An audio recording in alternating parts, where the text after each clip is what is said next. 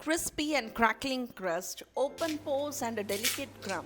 These ciabatta rolls or ciabatta buns with a distinctive flavor and texture are truly a delight to eat.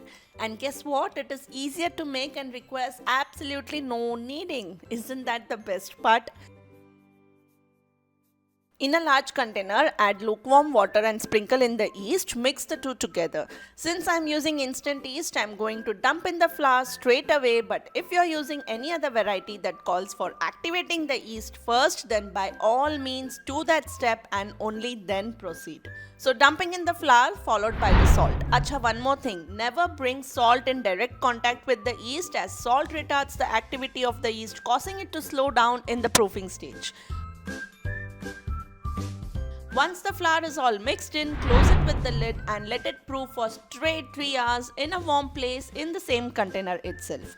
After 3 hours, you would see that the dough has risen well with excellent yeast activity that is so visible. Being a high hydration dough, you can see that the dough is quite sticky and hence would be sticky to handle as well. An excellent tip for this is to then wet your hands with some water, and this would work like a magic. In the span of the next 1.5 hours, we'll be doing the stretch and fold technique 3 times. Easily lift the dough from one side, that is stretch it from one side and bring it to the center to fold over. Repeat this from all 4 sides of the container by giving it a quarter turn each time. Close the lid and allow it to proof for the next 30 minutes. After 30 minutes, come back and repeat all the steps all over again. That is, wet your hands, do the stretch and fold in all 4 directions, proof for 30 minutes. So in all, you would do 3 stretch and fold technique in a total of 1.5 hours time duration. To give you an idea, any regular bread dough would have about 60% water hydration, whereas ciabatta bread has an 80% hydration ratio, making it super difficult to handle. Hence, the continuous stretch and fold and the long duration of resting strengthens the gluten and helps us achieve such a unique bread with those classic pores and a crusty top, which is achieved by doing the kneading technique in a regular bread dough. So after the final proof time, dust some flour on your workspace and tip the container over. You do not have to do anything, the dough would slide down on its own. At this stage, you will observe that the dough is super bouncy with nice big bubbles here and there. The only thing you need to do is to take care not to deflate that aeration. These air pockets are responsible for creating those open pores once the bread is baked. So slowly and gently stretch the dough to bring it into a rectangular shape. Another beauty of this Italian bread is that it is rustic in nature, meaning you do not have to bother about all the loaves being even in shape.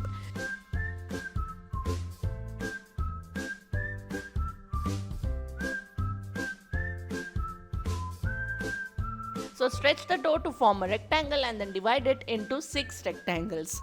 I mean small rectangles.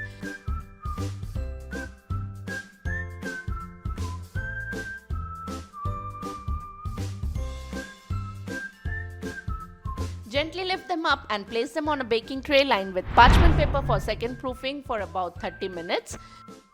Meanwhile, preheat your oven to the highest temperature available. In my case, it is 250 degrees Celsius. You would also require hot boiling water while putting the bread to bake, so keep that ready too. After the final proofing time, first place a baking pan filled with hot boiling water on the lower rack and then place the proofed bread dough on the middle rack. Acting fast, add some ice cubes to create steam, or if you have a spray bottle, you can also spray some mist of water on top of the bread.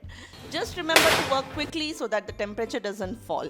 Then close the oven, reduce the temperature to 200 degrees Celsius and bake the bread for 20 minutes. You can bake for additional 4 to 6 minutes to get a crusty, crackling top if desired. Allow it to cool completely before slicing and enjoying. Ciabatta bread with hollandaise sauce, eggs, sauteed mushrooms and cherry tomatoes are totally my thing. What's your favorite breakfast?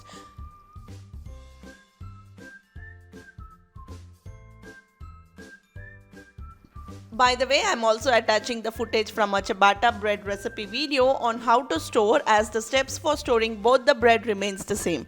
So either store it in an airtight container for a day or wrap it in an aluminium foil, place in a Ziploc bag and freeze it for 2 months.